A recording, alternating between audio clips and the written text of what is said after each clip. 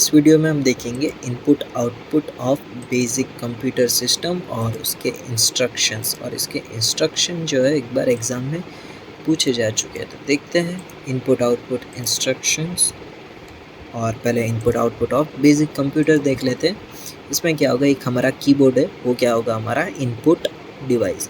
इसके थ्रू हम इनपुट देंगे और ये जो इनपुट है ट्रांसमीटर इंटरफेस के थ्रू एक मीडियम से दूसरे मीडियम में पास होगा। तो यहाँ पर से इंटरफेस, ये जो ट्रांसमीटर इंटरफेस है, इसके थ्रू जो भी हमारा कीबोर्ड का की है वो इनपुट रजिस्टर में चला जाएगा। ठीक है, यहाँ पे हमारा डेटा जो है वो पहुँच चुका है। अब यहाँ पे हमें फ्लैग इनपुट जो है वो चेक करना होगा। अगर वो फ्लैग इनपुट जो है वो सेट है तो फिर यहाँ पर से हमारा जो भी डेटा है वो एक्यूमुलेटर में जाने के लिए रेडी हो जाएगा, यानी इनपुट रजिस्टर में से डेटा जो है हमारा एक्यूमुलेटर में चला गया।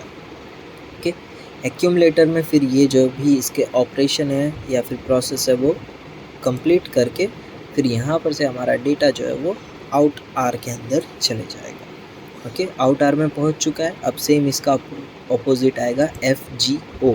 ठीक है, अब FGO बीट हम चेक करेंगे, अगर वो सेट है तो फिर यहाँ पर से हमारा डेटा रिसीवर इंटरफेस पे चला जाएगा और यहाँ पर रिसीवर इंटरफेस में से पास होकर डिस्प्ले होने के लिए वो प्रिंटर पर चले जाएगा और फिर यहाँ पर वो डिस्प्ले होगा।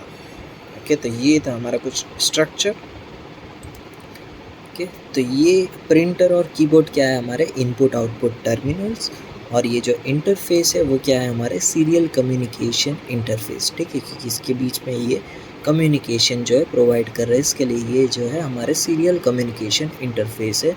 और ये सब क्या है, हमारे रजिस्टर्स, और ये क्या है, फ्लैग यानी फ्लिप फ्लॉप। ठीक है, ये सब क्या है, computer register and flip flop. Flip flop भी बोल सकते हो, फ्लैग भी बोल सकते हो, वैसे तो फ्लिप फ्लॉप सही रहेगा। ओके, तो अभी जो है हमारा फ्लैग इनपुट जो है वो ज़ीरो है। ठीक है, ज़ीरो है का मतलब क्या है, जब आप कोई भी बटन इनपुट करोगे वो जो है वो पास होगा थ्रू इनपुट रजिस्टर। ठीक है, यानी ये जो ट्रांसमीटर इंटरफेस के थ्रू जो है वो इनपुट रजिस्टर तक पहुंच जाएगा अगर ज़ीरो है तो। ठीक है, तो यहाँ पे जो ट्रांसमीटर इंटरफेस में से होकर यहाँ पर पहुंच चुका है। अब इसे अगर आगे जाना है तब उसे फ्लैग इनपुट जो है वो सेट करना पड़ेगा। तो यहाँ पे हम फ्लैग इनपुट को जो है 1 सेट कर देते हैं। ओके, अब यहाँ पर से जो भी हमारा डेटा है इनपुट रजिस्टर में से वो एक्यूमुलेटर में चला जाएगा और यहाँ पर हमारा वापस फ्लैग इनपुट जो है वो ज़ीरो कर दिया जाएगा, ताकि जो भी दूसरा इनपुट आता है, अगर कोई दूसरा बटन की प्रेस करता है तो फिर वो यहाँ पर आकर रुक जाए। ओके, अभी यहाँ पर आ जाते हैं एक्यूमुलेटर में जो है हमारा डेटा जो है या फिर ऑपरेशन जो है वो परफॉर्म हो चुका है। अब यहाँ पर से जो है पहले देख लो, फ्लैग इनपुट जो आउटपुट जो है वो बाय डिफ़ॉल्ट 1 होता है और इसका जो है बाय डिफ़ॉल्ट 0 रहता है। फ्लैग आउटपुट का जो भी बीट है वो हमारा अभी 1 है, पर यहाँ पर से जो डेटा है वो तो चला ही जाएगा पहले आउट आर पर। ठीक है, आउट आर पर पहुँच गया, उसके बाद हम चेक करेंगे फ्लैग आउटपुट। अब हमें इसको आगे भेजना है तो इसके लिए हमें फ्लैग आउटपुट को सेट करना पड़ेगा टू द 0। ठीक है, अब ये 0 हो चुका है। अब यहाँ पर से हमारा डेटा आउटर में से इंटरफेस पर यानी रिसीवर इंटरफेस पर चला जाएगा और ये जो बीट है वो वापस 1 कर दी जाएगी, जैसे हमने फ्लैग इनपुट में की थी, ताकि जो भी हमारा नेक्स्ट वर्ड जो है वो यहाँ पर आकर रुक जाए। ओके, यहाँ पे रिसीवर इंटरफेस पे हमारा डेटा जो है पहुँच चुका है। अब यहाँ पर से वो पास होकर प्रिंटर पर प्रिंट हो जाएगा। ठीक है, तो ये था हमारा कुछ इनपुट आउटपुट का प्रोसेस और ये फ्लैग इनपुट आउटपुट के काम, और ये सब वही चीज़ें लिखी गई है। ओके, ये सब इसमें लिखा है 8 bits of alpha numeric code. 8 bit क्यों लिखा है, क्योंकि इनपुट रजिस्टर और आउटपुट रजिस्टर की टोटल बिट कितनी होती है, 8। ठीक है, हमने सेकेंड या फिर थर्ड वीडियो में, पता नहीं किसी वीडियो में तो देखा था, जिसके अंदर हमने देखा था ACPC, ARDR, IRTR और आउटर इनर इनपुट आउटपुट, यही दोनों थे। इसमें से ACPC, AR, PC और AR के जो थे 12 बिट्स थे, बाकी सभी के 16 बिट्स थे, और ये जो इनपुट रजिस्टर और आउटपुट रजिस्टर थे उनके 8 बिट्स थे। ठीक है, तो इसके लिए यहाँ पे 8 बिट लिखा गया है और ये सब भी वही चीज़ है। प्रोसेस ऑफ इनपुट आउटपुट, ठीक है, ये भी वही चीज़ है जिसके अंदर हमने फ्लैग इनपुट जो है वो चेक किया था, वही सब चीज़ें ये भी लिखी गई है। तो आप स्टॉप करके पढ़ना चाहो तो पढ़ सकते हो, नहीं तो आप अपने हिसाब से भी बनाकर लिख सकते हो, ज़रूरी नहीं कि यही छापना है। अब देखते हैं input output instructions. D7IT3 equals to P, common to all input output instructions. ये तो अब आपको पता ही होगा, ठीक है, फिर भी एक बार बता देता हूँ। ये जो एग्ज़ाम में एक बार पूछा जा चुका है, इनपुट आउटपुट इंस्ट्रक्शंस, इसके लिए ध्यान से देखना। ये देखो D7 है, अब यहाँ पे हमें इनपुट आउटपुट इंस्ट्रक्शन के लिए देखना है, तो यहाँ पे देखो I इक्वल्स टू जो है वो 1 है, इसके लिए D7 I और ये आएगा हमारा T3। तो इस तरह से बना था D7 I और T3।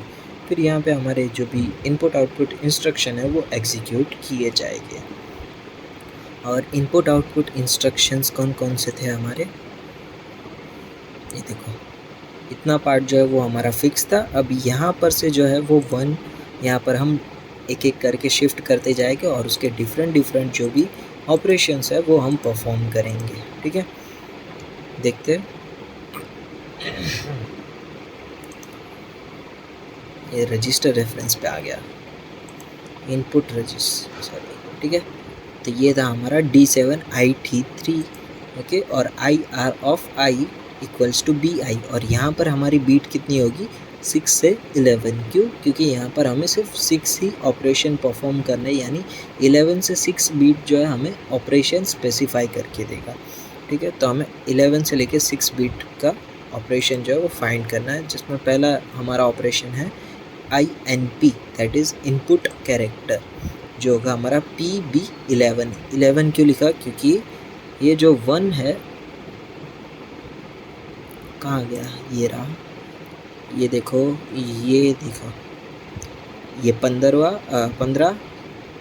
12 13, ये 11th बीट है ना, तो यहाँ पर 1 है, इसके लिए RB11 जो है, यहाँ पर 11th बीट की ऊपर 1 होने की वजह से RB11 लिखा गया है। फिर वैसे वैसे जैसे वो शिफ्ट करता जाएगा वैसे हमारा नंबर जो है वो डिक्रीज़ होता जाएगा, ठीक है। यहाँ पे PB11 लिया है, ओके।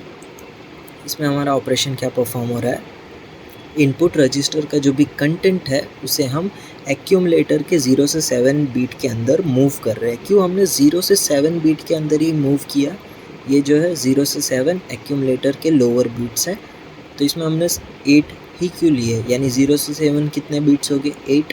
वो क्यों लिए, क्योंकि इनपुट रजिस्टर की जो लिमिट है वो 8 बीट की है, इसके लिए हमने यहाँ पर 8 बीट्स लिए गए हैं, और तब हमारा फ्लैग इनपुट जो है वो 0 होना चाहिए, ओके। यहाँ पे इनपुट कैरेक्टर का ऑपरेशन जो है वो परफॉर्म होगा। अब है आउट, तो यहाँ पे एक डिक्रीज़ हो जाएगा, यानी शिफ्ट राइट PB11। तो यहाँ पे क्या होगा, जो भी यही ऑपरेशन है बस इसको उल्टा करके लिख दो, और यहाँ पे इनपुट रजिस्टर की जगह पे आउटर लिख दो आगे, ठीक है। तो यहाँ पे क्या होगा, जो भी हमारा एक्यूमुलेटर के अंदर कंटेंट है ना 8 बिट का, वो हम आउट आर यानी आउटपुट रजिस्टर के अंदर मूव कर देंगे, और तब हमारा फ्लैग आउटपुट जो है वो 0 होना चाहिए, यानी आउटपुट दी कैरेक्टर। एक्यूमुलेटर में से हमारा जो भी 8 बिट का कंटेंट था वो 8 बिट के आउटर रजिस्टर के अंदर हमने मूव कर दिया है। नेक्स्ट इंस्ट्रक्शन है हमारा SKI, जिसको आप PB11 भी बोल सकते हो, skip if input flag on, ठीक है, कुछ ऐसा ही नाम है, स्किप ऑन इनपुट फ्लैग, यानी जब भी आपका फ्लैग इनपुट जो है वो अगर 1 है तब आपको स्किप कर देना है एक इंस्ट्रक्शन। वो आप कैसे स्किप करोगे, प्रोग्राम काउंटर को इंक्रीमेंट करके बाय +1। अगर आपका FGI जो है वो 1 है तब आपको स्किप कर देना है, यानी प्रोग्राम काउंटर को +1 कर देना है। सेम इसका ऑपोजिट SKO, और ये होगा हमारा PB8, और यहाँ पर भी FGO, यानी फ्लैग आउटपुट जो अगर आपका 1 है तब आपको स्किप कर देना है on output flag. Next instruction है हमारा ION, ठीक है, ION है हमारा PB7। तो इसमें क्या होगा, इंटरप्ट इनेबल को आपको ऑन कर देना है, जिससे क्या होगा, जो भी इंटरप्ट है वो आप उसे इनेबल कर रहे हो यानी ऑन कर रहे हो। तो इसमें IEN को हम 1 कर देंगे। IEN क्या है, एक फ्लिप फ्लॉप है, ठीक है, उसकी हम 1 या फिर 0 वैल्यू सेट करेंगे। अगर 1 है तो फिर वो ऑन है, 0 है तो फिर वो ऑफ है। तो यहाँ पे आई ऑफ में क्या होगा, आपको इंटरप्ट इनेबल का जो फ्लिप फ्लॉप है उसको आप 0 कर दो, तो वो बन जाएगा इंटरप्ट इनेबल ऑफ। ओके, और यहाँ पे हमारा इनपुट आउटपुट इंस्ट्रक्शन जो है वो ख़त्म होता है।